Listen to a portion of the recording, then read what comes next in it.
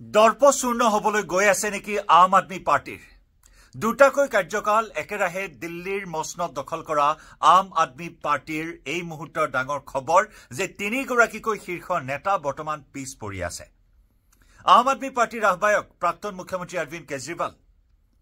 লগতে মুখ্যমন্ত্ৰী আতিশী আৰু প্ৰাক্তন উপমুখ্যমন্ত্ৰী মনীষ সিসোদিয়া এই তিনিওগৰাকী কাণ্ডাৰী আম আদমি পাৰ্টিৰ হাই প্ৰফাইল নেতা হেভিৱেট প্ৰাৰ্থী তিনিওগৰাকী বৰ্তমান পিছ পৰি আছে নতুন দিল্লী বিধানসভা নিৰ্বাচনৰ ফলাফল আজি ঘোষণা কৰা হ'ব ভোট গণনা চলি আছে আৰু এইখিনি মুহূৰ্তৰ ডাঙৰ খবৰ যে আতিশী অৰবিন্দ কেজৰিৱাল আৰু মনীষ সিসোদিয়া তিনিওগৰাকী বৰ্তমান পিছ পৰি আছে